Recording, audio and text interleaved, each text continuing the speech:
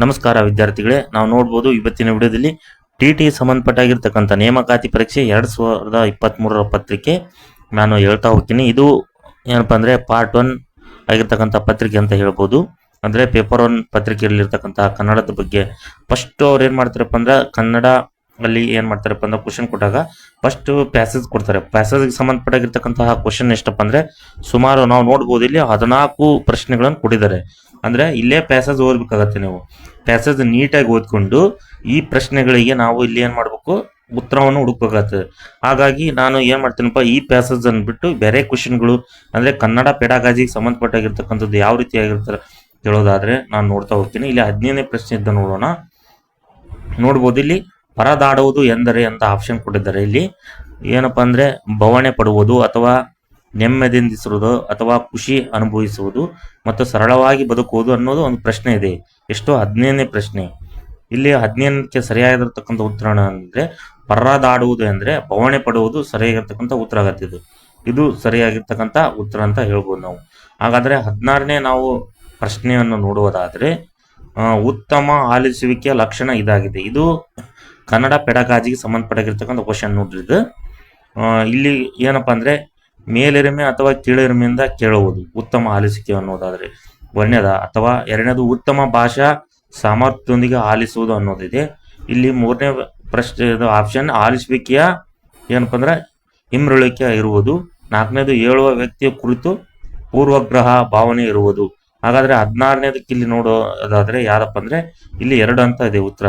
ಅಂದ್ರೆ ಉತ್ತಮ ಭಾಷಾ ಸಾಮರ್ಥ್ಯದೊಂದಿಗೆ ಆಲಿಸುವುದಕ್ಕೆ ಉತ್ತಮ ಆಲಿಸುವಿಕೆ ಲಕ್ಷಣ ಆಗಿದೆ ಅನ್ಬೋದು. ಹಾಗಾಗಿ ಇದಕ್ಕೆ 16ನೇದು ಪ್ರಶ್ನೆಗೆ 2ನೇದು ಸರಿಯಾಗಿರ್ತಕ್ಕಂಥ ಉತ್ತರ ಅಂತ ನಾವು ಹೇಳ್ಬೋದು. ಮತ್ತು 17ನೇ ಪ್ರಶ್ನೆ ನಾವು ನೋಡೋಣ. ಮುದ್ರಿತ ವಿಷಯವನ್ನು ವೇಗವಾಗಿ ಓದುತ್ತಾ ಅದೇ ವೇಗದಲ್ಲಿ ಅರ್ಥ ಮಾಡಿಕೊಳ್ಳುವ ಓದುಗಾರಿಕೆ ವಿಧಾನವನ್ನು ನಾವೇನು ಕರಿತೀವಿ? ಒಂದನೇದು ಗಟ್ಟಿ ಓದು ಅಂತ ಕರಿತೇವೆ, ಅಥವಾ 2ನೇ ಆಪ್ಷನ್ ವಿಷಯದ ಸಂಗ್ರಹಣ ಓದು, 3ನೇ ಆಪ್ಷನ್ ವಿಮರ್ಶಾತ್ಮಕ ಓದು, 4ನೇದು ವೇಗವರ್ಧಿತ ಓದು ಅಂತ ಇದೆ. ಹಾಗಾದ್ರೆ ನಾವು 17ನೇದಕ್ಕೆ ನೋಡೋದಾದ್ರೆ 4ನೇದು ವೇಗವರ್ಧಿತ ಓದಕ್ಕೆ ಮುದ್ರಿತ ವಿಷಯವನ್ನು ವೇಗವಾಗಿ ಓದುತ್ತಾ ಅದೇ ವೇಗದಲ್ಲಿ ಒಂದು ಅರ್ಥ ಮಾಡಿಕೊಳ್ಳುವ ಓದುಗಾರಿಕೆ ವಿಧಾನವನ್ನು ವೇಗವರ್ಧಿತ ಓದು ಅಂತ ಕರಿತೀವಿ. ಇವು ಕನ್ನಡ ಪೆಡಗಾಜಿಗೆ ಸಂಬಂಧಪಟ್ಟಿರ್ತಕ್ಕಂಥ ಕ್ವಶನ್ ಇದೇ ರೀತಿಯಾಗಿರ್ತಕ್ಕಂಥ ಕೇಳ್ತಾರೆ. ಹಾಗಾದ್ರೆ 18ನೇ ಆಗಿರ್ತಕ್ಕಂಥ ನಾವು ಪ್ರಶ್ನೆಯನ್ನು ನೋಡೋಣ. ಉತ್ತಮ ಕೈ ಬರದ ಲಕ್ಷಣ ಏನು ಅನ್ನೋದು ಕೊಟ್ಟಿದ್ದಾರೆ. 1ನೇ ಆಪ್ಷನ್ ಕಾಗುಣಿತದ ಕ್ರಮಬದ್ಧತೆ ಅಂತ ಇದೆ. 2ನೇದು ಪದಗಳನ್ನು ಕತ್ತರಿಸಿ ಬರೆಯುವುದು. 3ನೇದು ವಕ್ರವಾದ ಸಾಲುಗಳಲ್ಲಿ ಬರೆಯುವುದು. 4ನೇದು ಅಕ್ಷರಗಳ ಗಾತ್ರ ಚಿಕ್ಕದು ಮತ್ತು ದೊಡ್ಡದು ಬರೆಯುವುದು. ಇಲ್ಲಿ 18ರಿಂದ ನಾವು 1ನೇದಂತ ಹೇಳ್ಬೋದು. ಯಾಕಂದ್ರೆ ಇಲ್ಲಿ ಕಾಗುಣಿತದ ಕ್ರಮಬದ್ಧತೆಗೆ ಉತ್ತಮದ ಕೈಬರದ ಲಕ್ಷಣ ಪ್ರಮುಖವಾಗಿರ್ತಕ್ಕಂಥದ್ದು ಇಡೀ ಹತ್ತಿರವಾಗಿರ್ತಕ್ಕಂತಹ ಉತ್ತರ ಅಂತ ನಾವು ಹೇಳ್ಬಹುದು. ಇದು ಸರಿಯಾಗಿರ್ತಕ್ಕಂಥ ನಾವು ಉತ್ತರ ಅಂತ ಹೇಳ್ತೀವಿ. 1ನೇದಕ್ಕೆ 18ನೇದು ಸರಿಯಾದ ಉತ್ತರ. 19ನೇ ಪ್ರಶ್ನೆ ನೋಡೋಣ. ಖಂಡ ಪದ್ಧತಿಯ ಲಕ್ಷಣವೇನೆಂದರೆ ಅನ್ನೋದು ಕೊಟ್ಟಿದ್ದಾರೆ. ಇಲ್ಲಿ ಇಡಿಯಿಂದ ಬಿಡಿಗೆ ಅಂತ ಕಡಿಮೆ ಸಮಯ, 3ನೇದು ಬಿಡಿಯಿಂದ ಇಡಿಗೆ ಮತ್ತು ಸ್ವಾಭಾವಿಕ ಕಲಿಕೆ ಅಂತ ಇದೆ. 19ನೇದಕ್ಕೆ ಸರಿಯಾದ ಉತ್ತರ ಬಿಡಿಯಿಂದ ಇಡಿವರೆಗೆ ಏನಪ್ಪ ಅಂದ್ರೆ ಖಂಡ ಪದ್ಧತಿಯ ಲಕ್ಷಣ ಪ್ರಮುಖವಾಗಿ ಅಂದ್ರೆ ಬಿಡಿ ಬಿಡಿಯಾಗಿರ್ತಕ್ಕಂಥದ್ದು ಒಂದು ಇಡಿಗೆ ಅಂದ್ರೆ ಒಂದು ಸಮಗ್ರವಾಗಿ ಮಾಡುವುದಕ್ಕೆ ಖಂಡ ಪದ್ಧತಿ ಅಂತ ನಾವು ಕರಿತೀವಿ. ಹಾಗಾಗಿ 20ನೇ ಪ್ರಶ್ನೆ ನಾವು ನೋಡೋಣ. ಇಲ್ಲಿ ವ್ಯಾಕರಣ ಬೋಧನೆಯ ಈ ಉದ್ದೇಶ ಹೊಂದಿಲ್ಲ ಅಂತ ಕೊಂಡಿದ್ದೆ.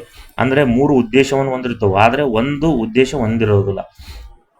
ಹಾಗಾದ್ರೆ ನಾವು ನೋಡೋಣ ಇಲ್ಲಿ 20ನೇದಕ್ಕೆ ಇಲ್ಲಿ ರಸಾನುಭವ ಮತ್ತು ಸೌಂದರ್ಯ ಪ್ರಜ್ಞೆಯನ್ನು ಬೆಳೆಸುವುದು 1ನೇದು ಇದೆ. ವ್ಯಾಕರಣ ಬೋಧನೆಯ ಉದ್ದೇಶ ಹೌದು ಅಲ್ಲ ಅನ್ನೋದು. 2ನೇದು ಪದ ಮತ್ತು ವ್ಯಾಕರಣ ರಚನಾ ಕೌಶಲ್ಯ ಬೆಳೆಸುವುದು. ಇದು ವ್ಯಾಕರಣ ಬೋಧನೆಯ ಒಂದು ಉದ್ದೇಶವನ್ನು ಹೊಂದೈತಿ. ಭಾಷೆಯ ಬಗೆಗಿನ ತಾರ್ಕಿಕ ಜ್ಞಾನ ಬೆಳೆಸುವುದು, ಇದು ಕೂಡ ಕರೆಕ್ಟು. ಶುದ್ಧ ಅರ್ಥಬದ್ಧತ ಅಭಿವ್ಯಕ್ತಿ ಕೌಶಲ್ಯವನ್ನು ಬೆಳೆಸ್ತೈತಿ, ಇದು ಕರೆಕ್ಟು. ಹಾಗಾದ್ರೆ ಯಾವುದು ಅಲ್ಲ ಅನ್ನೋದಾದ್ರೆ 1ನೇದಲ್ಲ. ಇದು ರಸಾನುಭವ ಮತ್ತು ಸೌಂದರ್ಯ ಪ್ರಜ್ಞೆ ಬೆಳೆಸುವುದು, ಇದು ಅಲ್ಲ. ಹಾಗಾಗಿ ಅದಕ್ಕೆ ಆಗಿರ್ತಕ್ಕಂಥ 1ನೇ ಪ್ರಶ್ನೆ 1ನೇದಕ್ಕೆ ಆನ್ಸರ್ ಆಗುತ್ತೆ. ಮತ್ತು ನೋಡೋಣ 21ನೇ ಪ್ರಶ್ನೆ ನಾವು ಬರೋದಾದ್ರೆ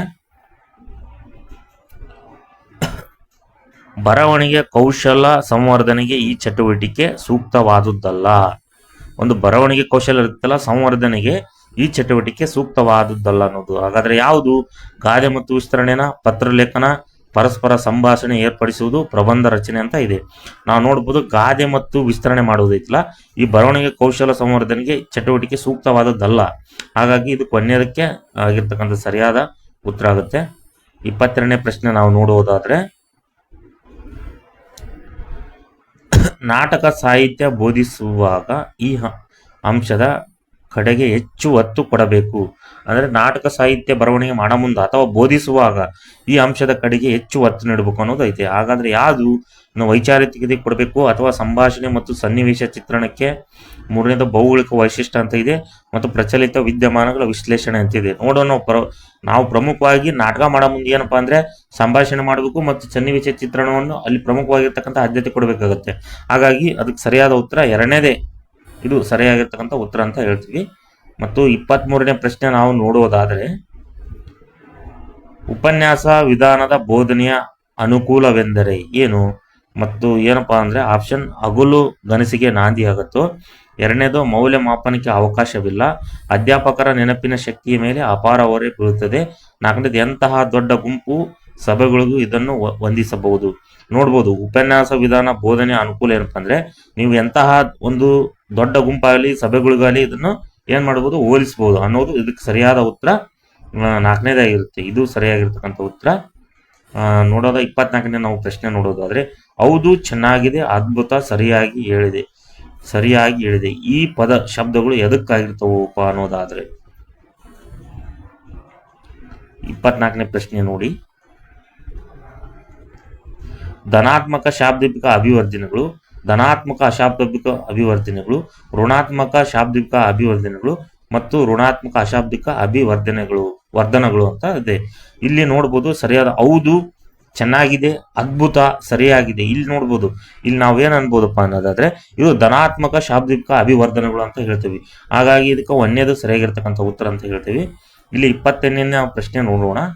ಘಟಕ ಯೋಜನೆಯ ಆಧಾರದಲ್ಲಿ ಅಧ್ಯಾಪಕರು ಉಪಘಟಕಗಳನ್ನು ವಿಶ್ಲೇಷಿಸಿ ಬೋಧಿಸಿದ ನಂತರ ವಿದ್ಯಾರ್ಥಿಗಳ ಕಲಿಕೆಯ ಸಾಮರ್ಥ್ಯವನ್ನು ಬೆಲೆ ಕಟ್ಟಲು ಕೈಗೊಳ್ಳುವ ಪರೀಕ್ಷೆ ಏನಂತ ಕರಿತೀವಿ ನಾವು? ಇಲ್ಲಿ ನೈದಾನಿಕ ಪರೀಕ್ಷೆ ಅಂತ ಕರಿತೀವೋ, ಸಾಫಲ್ಯ ಪರೀಕ್ಷೆ ಅಂತ ಕರಿತೀವೋ, ಘಟಕ ಪರೀಕ್ಷೆ ಅಂತ ಕರಿತೀವೋ, ಅಥವಾ 4ನೇದು ವಾರ್ಷಿಕ ಪರೀಕ್ಷೆ ಅಂತ ಕರಿತೀವೋ? ನಾವು ನೋಡ್ಬೋದು, ಪ್ರಮುಖವಾಗಿ ಘಟಕ ಪರೀಕ್ಷೆಯ ಯೋಜನೆಯಲ್ಲಿ ಘಟಕ ಪರೀಕ್ಷೆ ಸರಿಯಾಗಿರ್ತಕ್ಕಂಥ ಉತ್ತರ ಆಗುತ್ತದೆ. ಹಾಗಾಗಿ 3ನೇದಾಗಿರ್ತಕ್ಕಂಥ ಉತ್ತರ ಸರಿಯಾಗಿರ್ತದೆ. ಮತ್ತು 26ನೇ ಪ್ರಶ್ನೆ ನಾವು ನೋಡೋದನ್ನ, ಕಡುವಳು ಪದವು ಯಾವ ಸಂಧಿ ಆಗಿರ್ತದೆ ಅಂತ ಕೇಳೋದ್ರಲ್ಲಿ ಕಡುವಳು ಅದೇ ಸಂಧಿನ, ಜಸ್ವ ಸಂಧಿನ, ಆಗಮ, ಲೋಪ ಸಂಧಿ ಅಂತ ಇದೆ.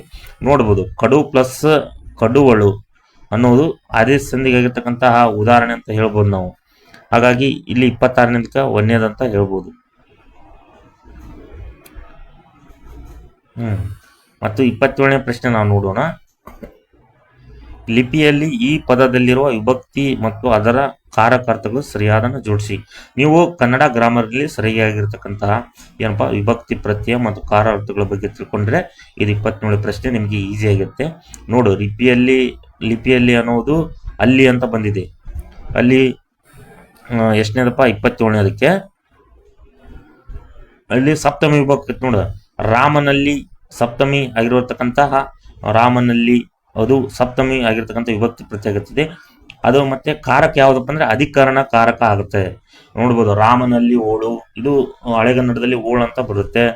ರಾಮನಲ್ಲಿ ಅನ್ನೋದು ಅಲ್ಲಿ ಅನ್ನೋದು ಬರ್ತೈತಿ. ಪ್ರಥಮವು ದ್ವಿತೀಯ ಅನ್ನು ತೃತೀಯಿಂದ ಚತುರ್ಥಿಗೆ ಈ ರೀತಿಯಾಗಿರ್ತೈತಲ್ಲ, ಅಲ್ಲಿ ಸಪ್ತಮಿ ಅಲ್ಲಿ ಅಂತ ಬರ್ತೈತಲ್ಲ, ಹಾಗಾಗಿ ಇಲ್ಲಿ ಲಾಸ್ಟ್ನೇ ಆಗಿರ್ತಕ್ಕಂಥ ಸ್ವರದಲ್ಲಿ ಅಲ್ಲಿ ಅಂತ ಬರ್ತೈತೆ ಅಲ್ಲಿ. ಹಂಗಾಗಿ ಅಲ್ಲಿ ವಿಭಕ್ತಿ ಏನಪ್ಪಾ ಅಂದ್ರೆ ಸಪ್ತಮಿ ವಿಭಕ್ತಿ ಆಗುತ್ತೆ ಮತ್ತು ಕಾರಕ ಅಂದ್ರೆ ಅಧಿಕರಣ ಕಾರಕ ಆಗುತ್ತೆ. ನೆಕ್ಸ್ಟ್ 28ನೇ ಪ್ರಶ್ನೆ, ಮನುಷ್ಯ ಎಂಬ ಪದವು ರೂಢ, ಇಲ್ಲಿ ಪ್ರಶ್ನೆ ಕೂಡ ಇದು ಕೊಟ್ಟಿದ್ದಾನೆ. ಇಲ್ಲಿ 28ನೇದಕ್ಕೆ ನೋಡ್ಬೋದು, ಅಂಕಿತ ನಾಮನ, ರೂಢನಾಮನ, ಅನ್ವರ್ಥ ನಾಮನ, ಭಾವನಾಮ ಅಂತ ಇಲ್ಲಿ ಕೊಟ್ಟಿದ್ದಾರೆ. ಇಲ್ಲಿ ಮನುಷ್ಯ ಎಂಬ ಪದವು ಏನಪ್ಪ ಅಂದ್ರೆ ಅಂಕಿತ ನಾಮ ಅಂದ್ರ ಏನಪ್ಪ ಅಂದ್ರೆ ಅಲ್ಲಿ ಹೆಸರು ಬರುತ್ತೆ, ಇದು ಅಲ್ಲ. ಅನ್ವರ್ಥ ನಾಮ ಅಂತಂದ್ರ ಕುರುಡ ಕುಂಟ ಅಂತ ನಾವು ಹೇಳ್ತೀವಿ, ಅಲ್ಲ. ಭಾವನಾಮ ಅಂದ್ರೆ ಭಾವನೆಗಳನ್ನು ವ್ಯಕ್ತಪಡಿಸುವುದು. ಬಟ್ ರೂಢನಾಮ ಮನುಷ್ಯ ಅಂದ್ರೆ ರೂಢದಿಂದ ಬಂದಿರತಕ್ಕಂಥದ್ದು. ಹಾಗಾಗಿ ಇಲ್ಲಿ ಸರಿಯಾಗಿರ್ತಕ್ಕಂಥ 2 ಅಂತ ನಾವು ಹೇಳ್ತೀವಿ. ಚತುರ್ಥಿ ವಿಭಕ್ತಿಯ ಕಾರಕ ಯಾವುದು? ನೋಡ್ಬೋದು, ಚತುರ್ಥಿಯ ಅಪದಾನ, ಸಂಬಂಧ, ಅಧಿಕರಣ, ಸಂಪ್ರದಾನ ಅಂತಿದೆ. ಇಲ್ಲಿ ಸಂಪ್ರದಾನ ಆಗಿರತಕ್ಕಂತಹ ಕಾರಕ ಆಗುತ್ತದೆ. ಪ್ರಥಮವು ದ್ವಿತೀಯನು ಚತುರ್ಥಿಗೆ, ಕರ್ತು ಕರ್ಮ ಆಗಿರ್ತಕ್ಕಂಥ, ಹಾಗಾಗಿ ಇಲ್ಲಿ 4ನೇದಾಗಿರ್ತಕ್ಕಂಥ ಉತ್ತರ ಆಗುತ್ತದೆ.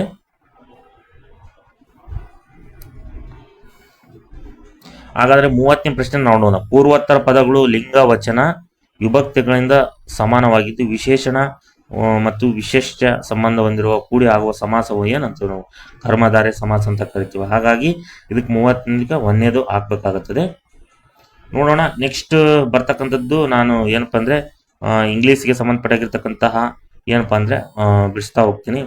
ಲ್ಯಾಂಗ್ವೇಜಸ್ 2 ಅಂದರೆ ಪಾರ್ಟ್ 2 ನಲ್ಲಿ ಬರ್ತಕ್ಕಂಥದ್ದು. ಇದು TETಯಲ್ಲಿ ಪರ್ಸೆಕ್ಟ್ ಬರ್ತಕ್ಕಂಥ ಪಾರ್ಟ್ 1 ಅಂದರೆ ಪೇಪರ್ 1 ಆಗಿರ್ಬೋದು. ಪೇಪರ್ 2 ನಲ್ಲಿ ಸಾಮಾನ್ಯವಾಗಿರ್ತಕ್ಕಂಥದ್ದು 28ರಿಂದ 30 ಪ್ರಶ್ನೆಗಳನ್ನು ಕೇಳ್ತಾ ಹೋಗ್ತಾರೆ ಅವರು ಕನ್ನಡಕ್ಕೆ ಸಂಬಂಧಪಟ್ಟಿದ್ದು.